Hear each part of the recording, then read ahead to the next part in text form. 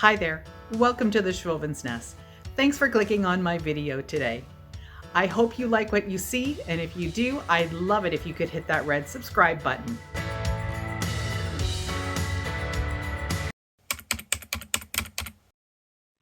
For this first project, I'm using this bamboo cutting board that you can get at the Dollar Tree, and I'm also taking some of these wooden feet. These are actually egg cups, and I get them from a supply here in Ontario, and they are available on my Etsy shop in sets of 4. I'm going to glue these to the bottom of the bamboo cutting board. This time, I'm going to actually glue them with the small side onto the board. Normally I do them upside down where I put the wide part at the bottom, but I wanted something a little different this time. So I'm just using Gorilla Glue and a little bit of hot glue, and I'm going to do the same for all 4. I'm going to spray the board with this Bullseye primer. It is good to block tough stains and odors, and it helps to bond the regular paint. I'm going to put a stencil on this little riser, and these are stencils from a company called Essential Stencil. I'll have a link for them down in my description box, and they were kind enough to send me some stencils. I really love the way they look. They're really crisp and clean stencils. They're reusable, and I really loved the designs that I chose. They have a whole bunch of different designs, so make sure you head down to my description box if you're looking for stencils and click on the link. You'll also get a 10% off discount if you use the code NEST10.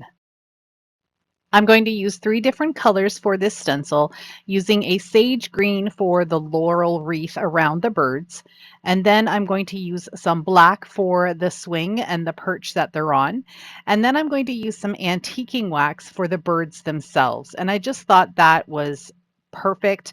I didn't want any harsh colors. You guys know me. I like my simple rustic colors, and I don't like anything too bright, so these are all going to be a little muted.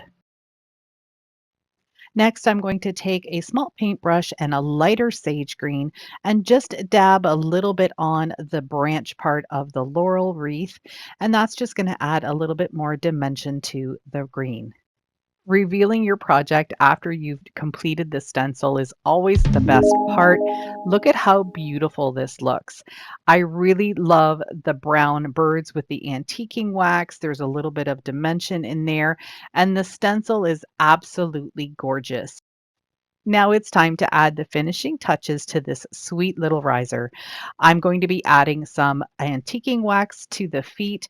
I'm going to make sure that they're all covered, and then I'm just going to wipe it back with a paper towel. It's going to leave all the darkness in the cracks and the grooves and the wood grain of these little feet, and it's going to look absolutely beautiful. I wanted to also add a little bit of the antiquing wax around the edges of the board, and I'm going to bring it a little bit onto the top of the board, mostly around the edges, and then I'm going to drag my brush a little bit across the board as well, and that's just going to add subtle little distressing details and make this board look even more gorgeous than it already is. Look at that stencil. It's absolutely beautiful, and I can't say enough about this stencil and the stencil pack. I can't wait to try the other 2 that are in this pack as well.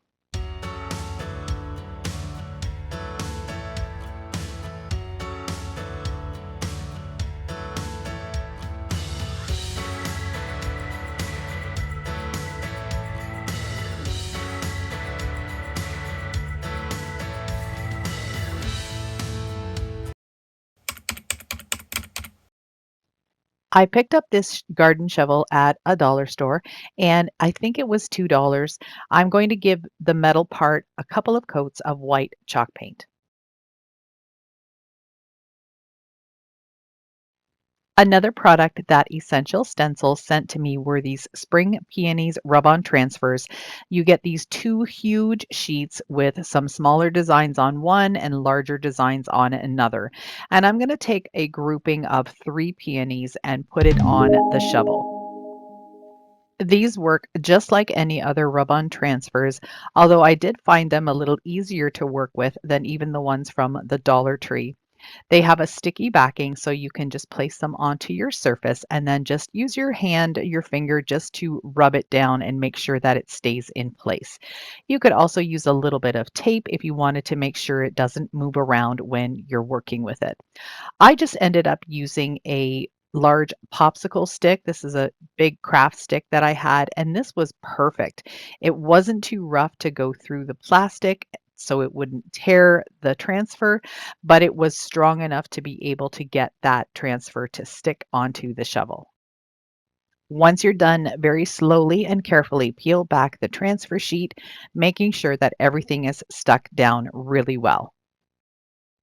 I had little bits left over on either side, so I decided to just add them to the back so it would look like the transfer just wrapped around the shovel. I'm using my Cricut spatula, which is metal, to scrape off the paint that is on the edge of the shovel. I'm going to do a little bit on the handle as well, and that little piece that you can see sticking up in the center of the spade will get some distressing too.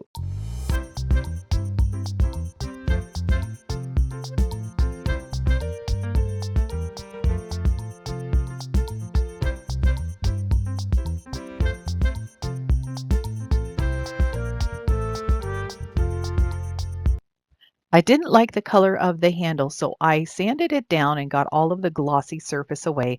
And now I'm going to give it a really good coat of the antiquing wax, let it sit for a couple of minutes, and then wipe it back. Just making sure that I get in all of those little nooks and crannies because that's where the wax will sit and it will have the darkest color there.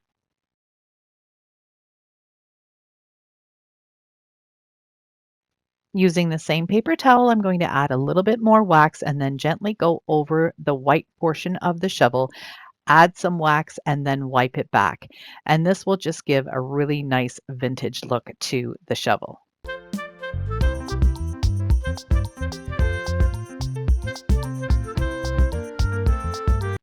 To give the shovel a little bit of a shabbier look, I added a white cotton rope bow with some additional tails with different colors and styles of ribbons and twine. And now I'm adding a little bit of greenery, and I'll add a couple of little tiny pink flowers for a little pop of color, and this project is done.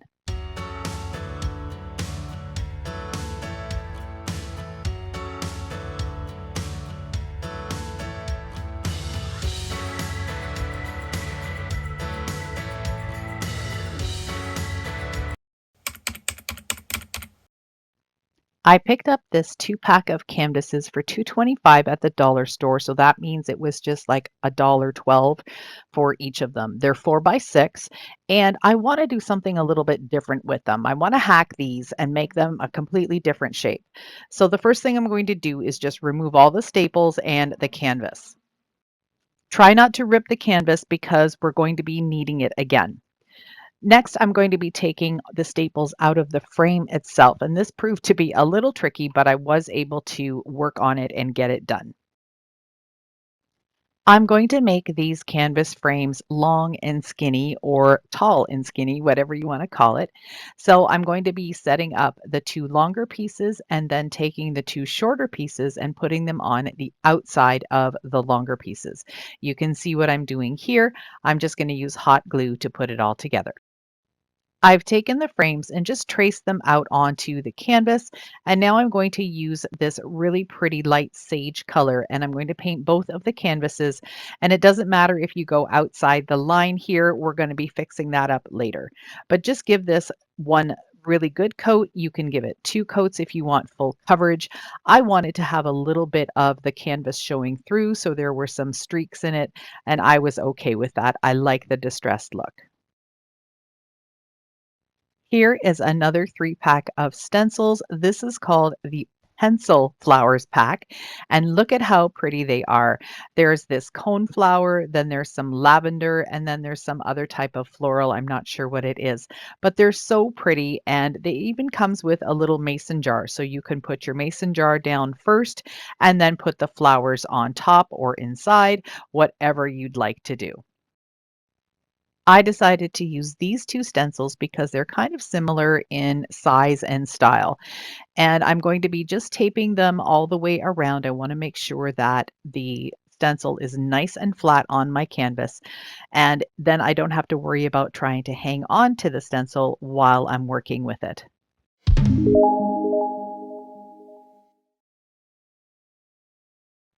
I'm using black paint and a makeup sponge from the Dollar Tree to apply the paint to the stencil. I'm making sure that I add paint to the sponge, but then load off a bunch of it because I don't want any blobs. However, I have found that with these stencils, you don't get a lot of bleed through, and I'm really happy about that because sometimes I do end up having a little bit too much paint on my stencil, or perhaps I push down a little bit too hard when I'm pouncing, and then I get a blob of paint where it shouldn't be. But that didn't happen with any of these stencils, so I'm really pleased with the result. I had set them aside to dry completely, and now that they are, I'm actually going to be gluing the canvases right back onto the frame, making them look like canvases again. But what I'm doing here is just pulling really hard and making sure that I stretch it a little bit more so there aren't any bubbles or bumps on the canvas itself.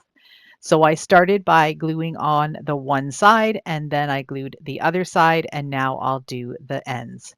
I'll do the same thing for the other one. Once the canvases were back onto the frames, I did take the sage paint and paint around the edges to make it look finished. To finish it off even more, I'm going to be adding this cotton rope. It's a really pretty natural color.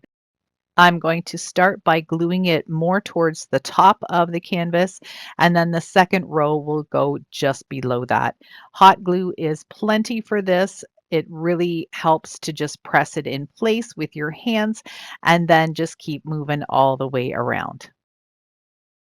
These turned out absolutely gorgeous.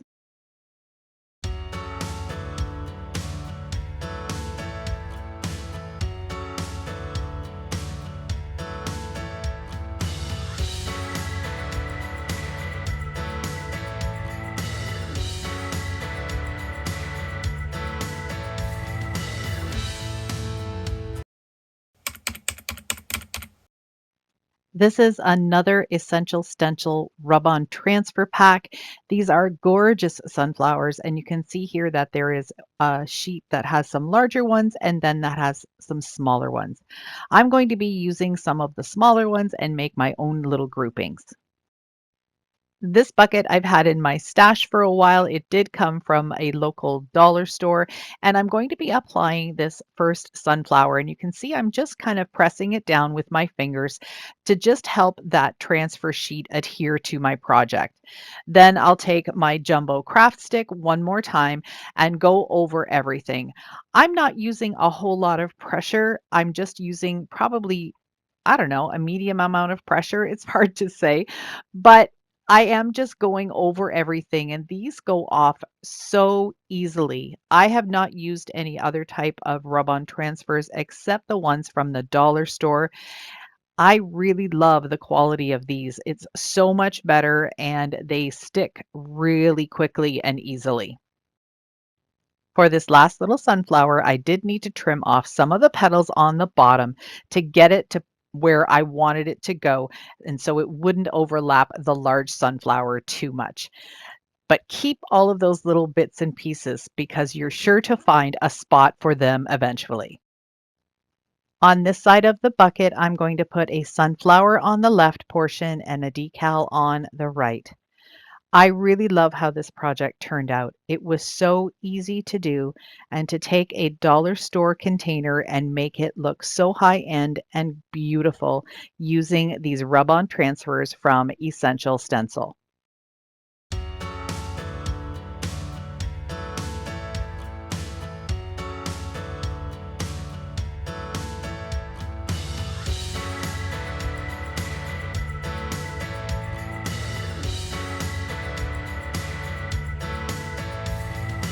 I hope you enjoyed these shabby farmhouse decor ideas using Essential Stencil, rub-on transfers and stencils, and dollar store items. Please make sure you give me a thumbs up. Don't forget to hit that subscribe button and the notification bell. I'll see you in the next one.